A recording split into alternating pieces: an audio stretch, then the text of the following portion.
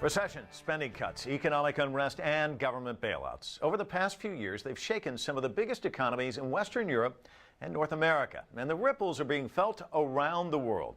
So as Western nations fight to restore economic stability, we ask, is neoliberal economics failing? For decades, the United States led the world in practicing and promoting private enterprise, deregulation, and global commerce. Decades of Cold War and the collapse of the Soviet Union bolstered Western belief in the power of the market and the role of private corporations. American economist Milton Friedman and former British Prime Minister Margaret Thatcher were among those who believed an unfettered economic system was the only way to create stable, secure societies. In fact, Margaret Thatcher's slogan for this was the acronym TINA, which means there is no alternative. But a mortgage crisis in the U.S. in 2008 dragged much of the world into recession. Critics say it blew the lid off a corrupt capitalist system where American financial institutions were blamed for bending the rules and manipulating the system for profit. 4 years later, the U.S. is still struggling, and Europe is being buffeted by a wave of national fiscal emergencies and banking problems. Joining me now to discuss this is economist Jeremy Rifkin, who has advised the European Union on the economy, climate change, and energy security for the past decade. He's also a prolific writer and the author of the latest book, which is called The Third Industrial Revolution: How Lateral Power is Transforming Energy, the Economy, and the World. We want to welcome you to the show. Thanks so much for coming in. Nice to be here. Is it time to recalibrate how we're doing things as far as, this neoliberal economic thinking? Well, we definitely are in real trouble. We have a global economic crisis. The second industrial revolution, based on fossil fuels and nuclear power, it's dying. Those energies are getting more expensive. They're never going to get cheaper. And the technologies based on those energies, like the internal combustion engine, centralized electricity, they're old. They have no multiplier effect. And this whole civilization is made out of carbon, so all of our construction materials are more expensive to maintain. So, and then compounded, we now have real-time climate change, which is impacting agriculture and infrastructure. So we obviously are in a crisis, and we need a new economic vision and game plan for the world. Well, let's get back to neoliberalism, though. Is it just it's over? I mean, that whole way of thinking, we just have to rethink things? We have to rethink it. I'm a real fan of the market social model. You have to have both. I believe the market's helpful because it can spawn entrepreneurial interest and risk-taking, but it also has to be checked with a social model. Because if the market's left by itself, it can run wild. And you get to a point where you have a winner-take-all scenario. A handful of the rich get richer, everyone else gets poor and marginalized out. And clearly that's what we saw here in the United States. And we saw investment not so much in value. I have a friend who says they invested in vapor, these derivatives, and it's just moving money all around and people making money not really on value or anything, and then all of a sudden it collapses. The reason it collapsed, in the Third Industrial Revolution, Chapter 1 in that book really goes into this in detail. What happened is our second industrial revolution took off with the interstate highways, biggest public works project in history. That interstate highway system in the 50s, 60s, and 70s allowed us to build suburban communities, a lot of construction business.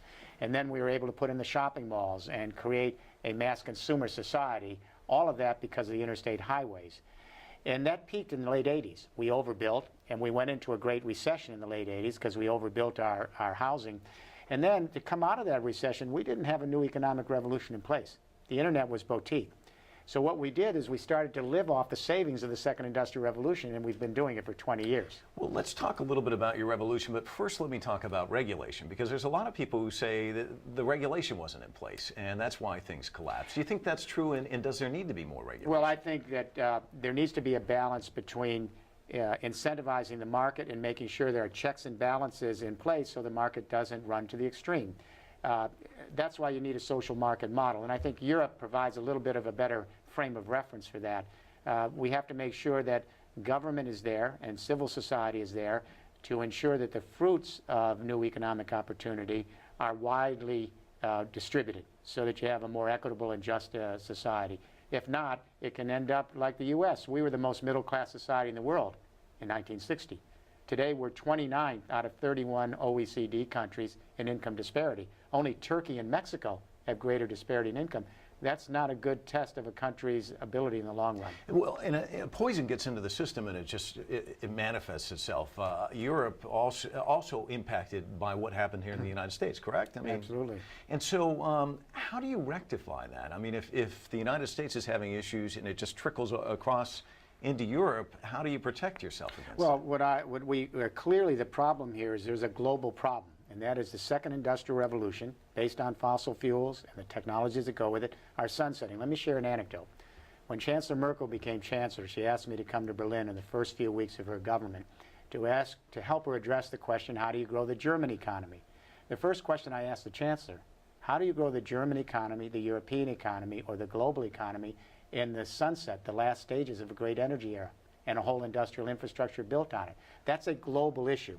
So what we need now is we need a new economic vision and a game plan to go with it to move us to a third industrial revolution, to create the jobs, the new opportunities, the new businesses for the 21st century. And you believe strongly that's clean energy, it's green energy, and yet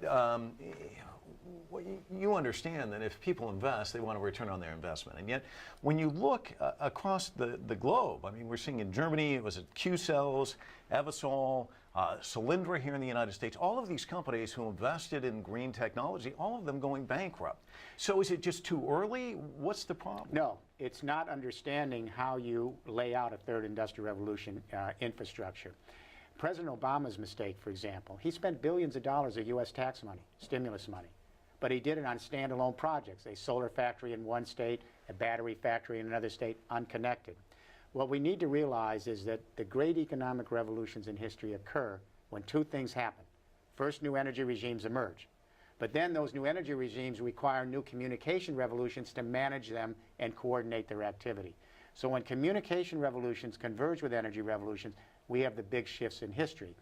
That's going on right now. Right now, we're beginning to see in the last 24 months a new convergence of communication and energy. It's starting in Europe, especially in Germany, but watch China. Watch China. The internet, of course, is a powerful communication revolution. And what's interesting about the internet is it's distributed and collaborative, and it scales to lateral power. This internet communication revolution is now merging with a new energy regime, distributed energies, which are organized collaboratively and scale laterally. The sun, the wind, the heat under the ground, the ocean tides and waves, rural agricultural waste, they're everywhere. The question is, how do you collect them and create a new economic infrastructure? But let me stop you there. The wind blows when it feels like blowing. The sun's only out a certain amount of time. The clouds come up. It's not predictable. It's difficult to harness. I know if I've got a coal power plant, all I have to do is throw a little bit more coal on. The plant continues to work. When do we get to the stage, because this sounds terrific to all environmentalists, but it's an idea and execution, those are two different things. Well, let me say, it's an execution in Germany. If people want to know, is this just an idea? Germany's moving on this whole infrastructure. Let me lay it out, especially the storage part.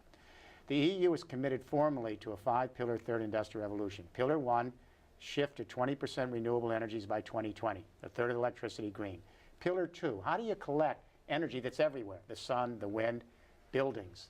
We have 191 million buildings in the European Union. The goal is to convert every existing building to your own personal power plant. So you can collect solar off the roof, wind off the walls, heat under the ground. And the analogy here is this. 1970, a few mainframe computers. Then this kid Steve Jobs comes along. He invents the personal computer. Now, 2.3 billion people create their own information.